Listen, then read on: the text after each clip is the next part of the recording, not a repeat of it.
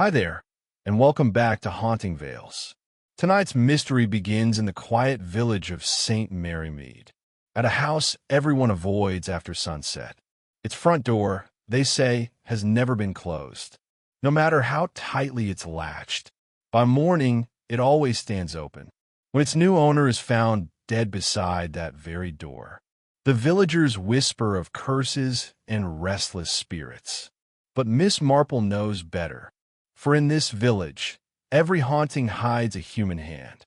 As she follows the trail of quiet footsteps and unanswered knocks, she uncovers a story of guilt, fear, and a promise that refuse to fade.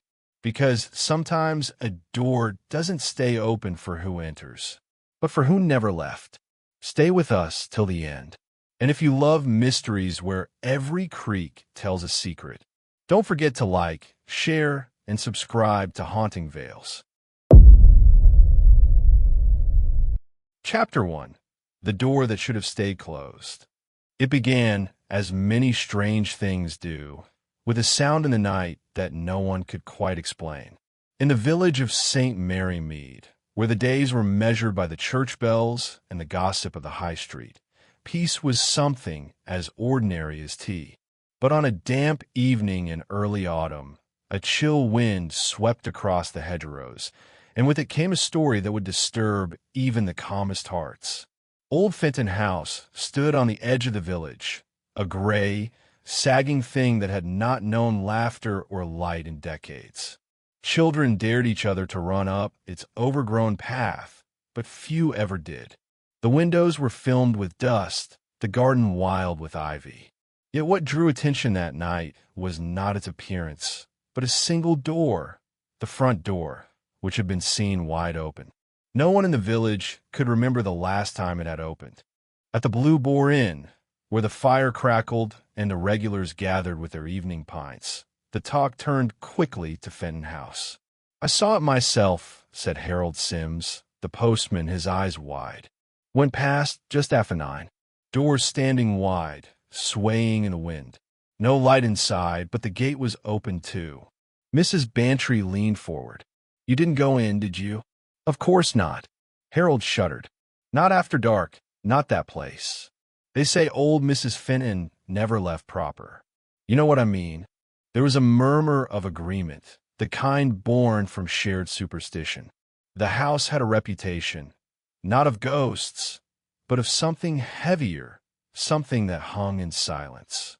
It was then that Miss Marple, sitting quietly near the hearth with her knitting, looked up. Her blue eyes, mild yet alert, caught the reflection of the flames. "Strange," she said softly, "how doors tell us more than people sometimes do." The room quieted a little. Miss Marple rarely spoke unless her thoughts had wandered down a serious path. "Perhaps," she added, "someone meant for it to be open, or meant for it to seem that way." The next morning, the news traveled faster than the milk cart. The constable had gone up to Fenton House to check, and sure enough, the door was still ajar. Inside, he found only dust and cobwebs. But on the floor of the hallway, half buried in the grime, was a single footprint, a man's boot print. Fresh. That same morning, Miss Marple stood at her garden gate, trimming a stubborn rose bush when Inspector Craddock came by. "Good morning, Miss Marple. I suppose you've heard." "I have," she said, eyes still on her pruning. A door that never closed, and a footprint that shouldn't be there. He smiled faintly. "You always know more than you should." She looked up then, a glint of gentle amusement in her gaze. "Only what people say without meaning to, Inspector. Tell me, did the print lead anywhere?" Craddock sighed. "No, just the one. Inside the hall. It stops before the stairs. No signs of forced entry, either." "Which means," said Miss Marple, "that whoever opened that door had a key, or didn't need one." By afternoon, curiosity had infected the village. The vicar's wife said prayers for restless souls, while the grocer claimed he'd seen a light at the top window the night before. Miss Marple listened, as she always did, collecting words like puzzle pieces. That evening, she walked to Fenton House herself. The air smelled of wet leaves, and the old house loomed ahead like a forgotten memory. The front door creaked in the wind, opening slightly wider as she approached. She stood before it, steady and unafraid. The brass handle was cold beneath her fingers. She pushed gently, and the hinges groaned. Inside, the air was thick with damp and decay. A hallway stretched ahead, faded wallpaper, a broken chair, a clock that had long since stopped. Yet there was something recent about it. A faint trail of dust disturbed. A piece of curtain caught on a nail, as if tugged not long ago. Miss Marple stepped carefully inside. Her eyes traced the edges of the floor, the corners of the ceiling, the small things others would miss. Near the base of the staircase, she noticed the print the constable had seen. Deep, clean, unmistakably new. But something else caught her attention. A faint smear near the wall, where someone had brushed a hand, or perhaps steadied themselves. And above that mark, half hidden beneath a layer of faded paint, she saw a line drawn into the wall. Straight, deliberate, recent. She leaned closer. It wasn't a scratch. It was a number. 4, she whispered. Why 4? The air shifted behind her. A faint creak, as if the boards upstairs had moved. She turned, listening. The wind sighed through the broken window, but beneath it came another sound, slow, careful steps. Someone else was in the house. Miss Marple stood still. Her heart did not race. She was not a woman given to panic. Instead, she waited. The steps grew closer, pausing above her, then retreating, cautious. Is anyone there? She called, her voice steady. No answer. She moved toward the staircase, her hand grazing the old banister. The boards protested with each shift of weight. At the top, the landing was narrow, the air colder. She could feel it, the presence of someone who had been there only moments before. Then she saw it, a faint light beneath the door, a flicker, as if from a candle. She approached quietly, pressed her ear to the wood. No movement, only silence. She turned the knob slowly and pushed the door open. The room inside was bare except for a table and a small oil lamp, still burning low. Beside it lay a newspaper, yesterday's edition, and next to that, a folded envelope, sealed but blank. Miss Marple stepped closer, the floor sighing beneath her feet. She reached for the envelope, but stopped. Footsteps again, this time behind her. She turned sharply, her eyes narrowing. At the far end of the hall, a shadow slipped around the corner, tall, fast, and unmistakably real. When she reached the doorway, the shadow was gone. Only the cold wind moved through the cracks. But something had changed. The door at the top of the stairs now hung open, wider than before. The same door that, by all accounts, had never closed. Miss Marple stood before it, her expression calm, but her thoughts racing. The door had been a symbol, something unfinished, unended. But now, she understood what it really meant.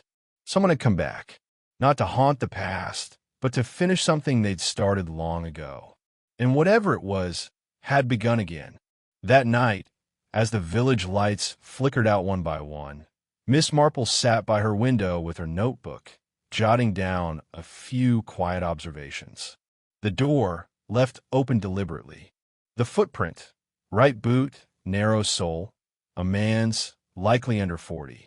The number 4 carved into the wall, a code or account.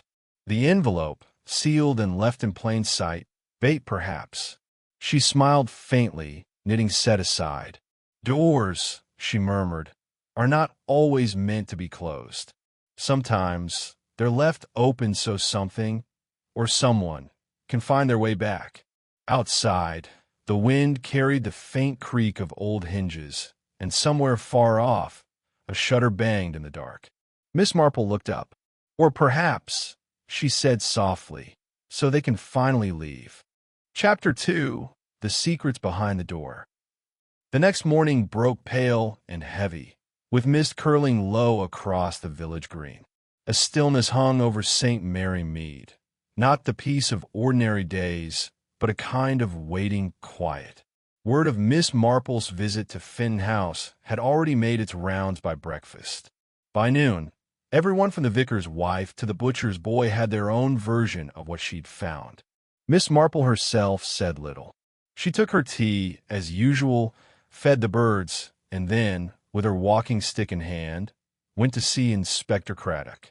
He was at the constable's office, staring at the evidence laid neatly across the desk, a folded envelope, now opened and empty. "You found this on the upstairs table?" he asked as she entered. "Yes," Miss Marple said softly. "Unaddressed. Sealed but quite blank inside, which means it was meant to be found, not read." Craddock frowned. "You think someone planted it?" "I think," she replied, "someone wanted to see who would come looking for it." The inspector leaned back, rubbing his chin. "Footprints no good. Could belong to half the men in the district. And no sign of entry through the windows or back door." Then Miss Marple said, "Perhaps we should think of who would already have a key." Craddock looked up sharply. "You mean family?" "The Fentons had no children," she said, "but they had one nephew, Arthur Hale. He inherited the house, didn't he?" Craddock nodded. "He did, though he's never lived there. Keeps it locked up, says it's too full of memories." "Memories," Miss Marple repeated softly. "Yes, those do have a way of unlocking themselves." By afternoon, Miss Marple and Craddock walked together up the overgrown lane toward Fenton House. The day was dull and colorless, clouds pressing low, the air thick with the smell of damp earth. As they reached the gate, the wind picked up, and the door was open again. Craddock cursed under his breath. "We shut that yesterday. I locked it myself." Miss Marple said nothing. She only watched the door sway on its hinges, slow and rhythmic, as if breathing. Inside, the house felt colder than before. The faint smell of smoke lingered, though no fire had burned there for years. The floorboards were marked with new scuffs, shallow but clear. Someone had been here again. "Inspector," Miss Marple said softly, "look there, the mark on the wall, near the base of the stairs, beside the first carved for..." Another number had appeared. "5," she whispered. "Yesterday, there was only one." Craddock stared. "Someone's counting." "Yes," she said. "But counting what?" They searched the lower rooms carefully. In the drawing room, a broken chair lay overturned beside the fireplace. A small patch of dust had been disturbed near the hearth, and in it, Miss Marple saw something glint faintly. She bent down and picked it up, a button, large, round, brass-polished. "From a uniform," she murmured. "Police issue, perhaps." Craddock blinked. "Not ours. Wrong crest. That's from a security firm. Used to be called Fenton and Hale Estates Protection. Closed years ago." Miss Marple smiled faintly. "Then the ghosts are very well dressed." They found nothing else that day. But that evening, Miss Marple's thoughts refused to rest. She sat at her writing desk, pen poised above paper, thinking of the carved numbers, the open door, and the sealed envelope. Someone was returning to that house, again and again. Each visit left another mark, a number, a sign of progress. But progress toward what? At last, she wrote a short note and sent it to Arthur Hale. She invited him to tea. Arthur arrived the next day, tall, pale, and polite, with the weary air of someone who would rather not remember. "My aunt always admired you, Miss Marple," he said as he sat her day, "though she called you alarmingly perceptive." Miss Marple smiled. "How kind of her." "Sugar?" He hesitated. "No, thank you." They sat in the small, sunny room, steam curling from the teacups. At last she said, "You've not been to the old house in some time, I gather?" Arthur's eyes flickered. "No, not since the funeral. I keep it locked. There's nothing there worth remembering." "And yet," she said, "someone seems to think otherwise." He looked up quickly. "What do you mean?" Miss Marple folded her hands neatly. "The front door has been left open 2 nights in a row. Someone has been inside. Leaving messages, perhaps. Arthur went very still. Messages, a number carved into the wall each time. 4, then 5. Curious, isn't it? He swallowed hard. No one would do that. No one should even know about that house. Unless, she said quietly, they once did. For a long moment, he said nothing. Then, with a heavy breath, he spoke. There was an accident, he said slowly. Years ago, my uncle kept a caretaker, Thomas Ward. Lived on the property, watched the place. One night, the front door was found open. My uncle went to check and fell from the staircase. Broke his neck. Thomas disappeared soon after. No one ever found him. Miss Marple's eyes narrowed slightly. And the door. Arthur looked down. We never fixed it. The hinges rusted that way. It never stayed shut again. That night, as the village slept, the mist thickened into a low, heavy fog. And in that fog, a lantern's light appeared on the lane leading to Fenton House. A figure moved quietly through the overgrown path, key in hand. The door creaked open once more. Inside, the air shuddered with each step. In the hall, beneath the 5 carved into the wall, a hand reached out and added another line. 6. The figure stood back, breathing slowly, then turned and vanished into the dark. Morning came with rain. Inspector Craddock was waiting at Miss Marple's cottage, soaked and grim. 6, he said without greeting. Another number, carved in the same place. Someone went in again. Miss Marple nodded slowly. It's a countdown, Inspector. Not up, but down. He blinked. Down to what? To when the door will close again, she said quietly. But on whose terms? They returned to Fenton House at midday. This time, Miss Marple brought something with her, a small magnifying glass and a piece of chalk. Inside, she examined the carved numbers closely. The first 2 strokes are clean. The newer ones are rougher. Not the same hand, Inspector.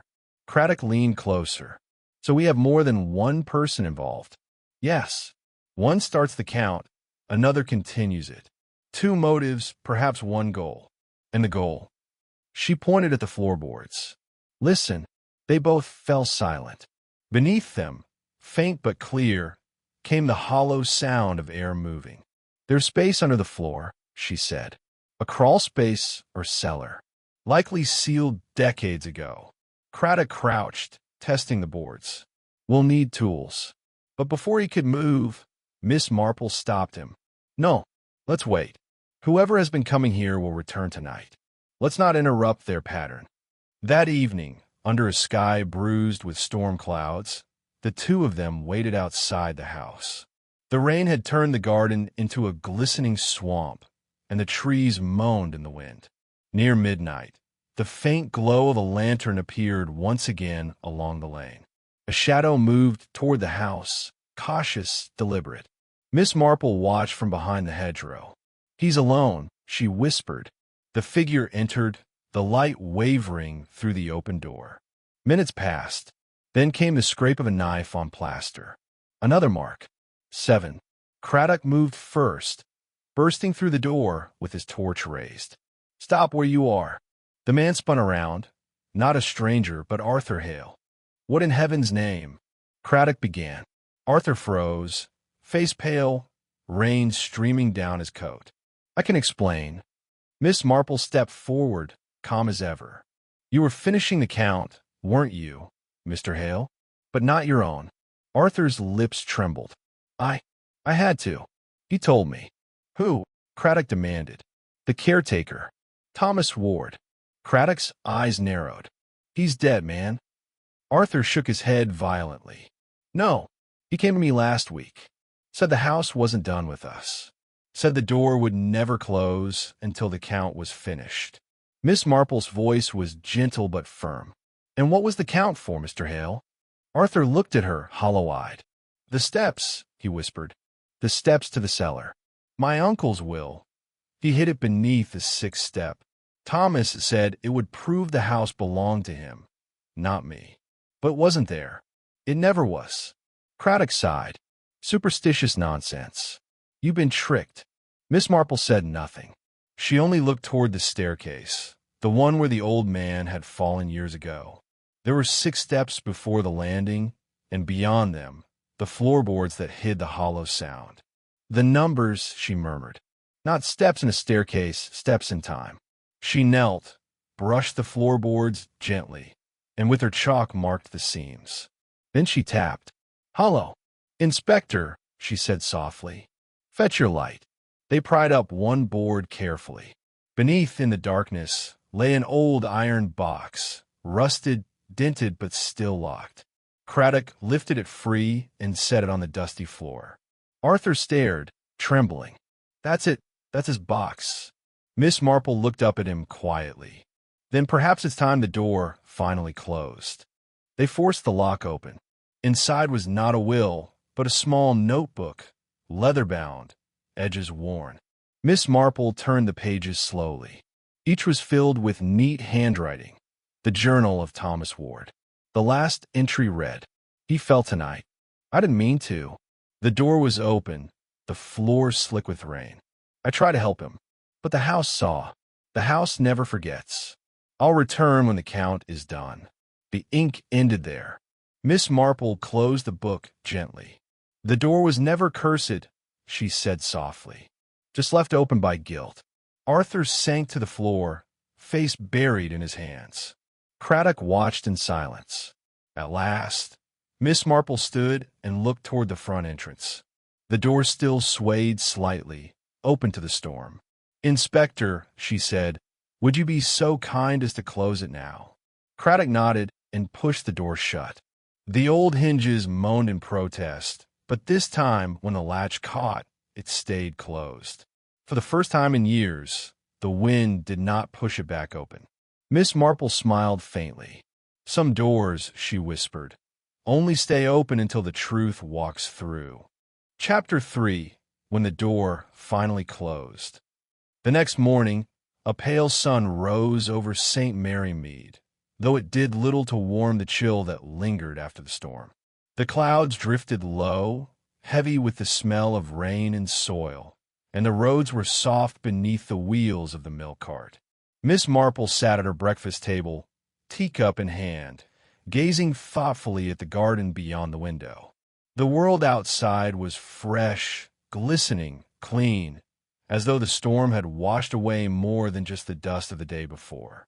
But she knew better, for behind every peace in St. Mary Mead, there was always something unsettled beneath, a truth still rustling in the hedges, waiting to be found. And this morning, that truth was Arthur Hale. He had been taken to the local inn for the night after the discovery of the caretaker's journal. Inspector Craddock thought it best to let the man rest before questioning him further. But as the morning wore on, Craddock arrived at Miss Marple's cottage once more, his brow furrowed and his expression grim. "He's gone," the inspector said simply. Miss Marple set down her cup. "Gone. Left before dawn. No one saw him leave. The innkeeper says his room was unlocked, window open. His car's still there, but the man himself vanished." She nodded slowly, her fingers lacing together in thought. "Fear," she said softly. "It makes one run when they should stay still. But sometimes, Inspector, running only brings you back where you started." Craddock frowned. "You think he went back to the house?" "I think," she said, rising, "the door may not be done with him yet." By late afternoon, they stood once more at the gates of Fenton House. The rain had stopped, but the air felt unnaturally heavy. A faint mist hung over the overgrown path. The door, that cursed, restless door, was shut tight. Yet something in its stillness felt wrong. Miss Marple placed her gloved hand against the wood. It was cold, but not damp.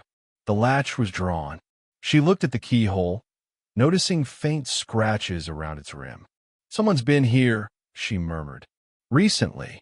Craddock tried the handle. "Locked." "Then where did he go?" he said. Miss Marple's eyes lifted toward the upper windows, dull and lifeless behind the grime. "If the door is locked," she said quietly, "then perhaps he found another way inside." Inside the house, all was dark and silent. They forced entry through the side, an old pantry door whose hinges gave way easily after years of neglect. The hallway looked unchanged at first glance, yet something subtle had shifted. The dust on the floor was uneven. Footprints led from the stairs toward the old drawing room, and stopped there. On the wall near the base of the stairs, a new mark had been carved. 8. Miss Marple bent close. The edges were shaky, hurried. "He came back," she whispered, and he wasn't alone. Craddock's torchlight swept the floor, catching a faint reflection near the fireplace, a shard of broken glass. Then another, and then the rest of it, a shattered lantern, still reeking faintly of oil. "Someone lit this," Craddock said, crouching down, and dropped it. Miss Marple's gaze moved toward the blackened corner near the hearth, where a patch of floorboards had been scorched. "No fire took," she said softly. "Someone stopped it before it spread. Someone careful." She turned toward the staircase. The air was colder there, the shadows deeper. "The count's gone from 4 to 8, she murmured. "And that means one thing." "What's that?" Craddock asked. She looked at him, her voice quiet and certain. "It isn't counting up. It's counting down to the final step." They climbed the stairs slowly.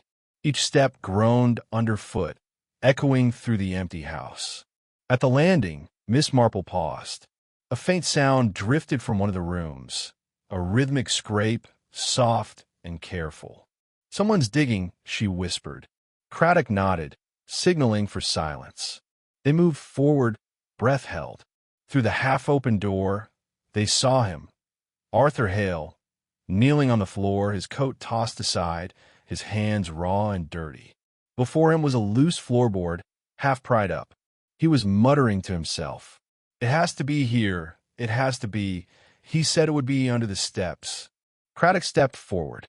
"Mr. Hale." Arthur jerked upright, startled. "Stay back," he shouted. "It's mine, the will, the deed, everything. You don't understand." Miss Marple's voice was calm but steady. "You're not looking for a will anymore, are you, Mr. Hale?" He froze, breathing hard. "What do you mean?" "You're looking for forgiveness."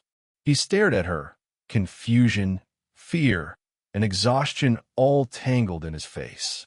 "She knows," he whispered, shaking his head. "She always knows."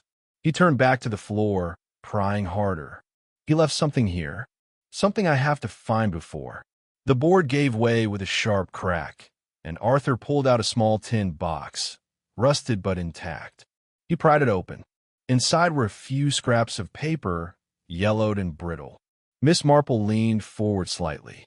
"What is it?" Arthur's voice trembled. "It's a letter. From Thomas Ward, dated the night my uncle died." He unfolded it with shaking hands and read aloud. "Arthur, the door was open because I left it so. I thought your uncle would see the light and come to me before the storm worsened. He slipped before I could warn him. Forgive me. I never meant." The rest was unreadable, ink washed away by time. Arthur sank back, tears brimming. "He wasn't murdered. He wasn't." "No," Miss Marple said softly. "He fell. But guilt has its own way of haunting a man, doesn't it?" Thunder rolled faintly in the distance, though no storm was near. A draft of air swept through the house, cold, steady, and unmistakable. The door below creaked open on its own. Craddock turned sharply. "When?" Miss Marple shook her head. "No, it's time." They went downstairs together. The front door stood wide now, though no wind moved the trees outside. The house was utterly still. On the wall beside the staircase, the carvings had changed. The numbers 4, 5, 6, 7, 8 were gone. In their place, one word had been scratched into the plaster. "Closed." Arthur fell to his knees, trembling. "He's here," he whispered. "He's still here." Miss Marple looked at him kindly. "No, Mr. Hale. He's gone." He was waiting for the truth to be known. "Now it is." Craddock stepped forward, his voice quiet. "And what about you?" Arthur looked up, eyes empty. "I think I'll finally leave this place." Miss Marple gave a faint smile. Yes, the door will let you now. Later that evening, after the house was sealed and the case closed, Miss Marple sat by her fire, the clock ticking softly on the mantel. Craddock stood by the window, looking out at the fading light. So that's it then? Just guilt and superstition. Perhaps, Miss Marple said gently. But guilt is a ghost of its own sort, Inspector. It lingers. It waits for the truth, and once it finds it, it leaves quietly, like a guest who has finally remembered the way home. He nodded slowly. Still, that house gives me chills. As it should, she said with a small smile. Old houses remember what people forget. Outside, the last light of dusk touched the rooftops of St. Mary Mead. The windows glowed warm and golden, and from somewhere down the lane came the distant sound of laughter. Life continuing as it always did. But far off, at the edge of the village, Fenton House stood silent, its windows dark, its garden still, and its door, for the first time in decades, remained firmly, peacefully shut. Miss Marple placed her notebook aside and poured herself another cup of tea. She wrote her final note for the evening. Truth can open doors. Forgiveness can close them. She smiled softly. And sometimes, she murmured, it takes both to find peace. The fire crackled gently, and the clock struck 9. The hour when doors close and secrets rest. If you enjoyed this Miss Marple mystery, The Door That Never Closed, don't forget to like, share, and subscribe for more classic-style detective tales told in Andrew's voice. Your support keeps every mystery alive and every secret waiting just behind the next door. Stay curious, stay sharp, and remember, even the quietest village keeps its secrets.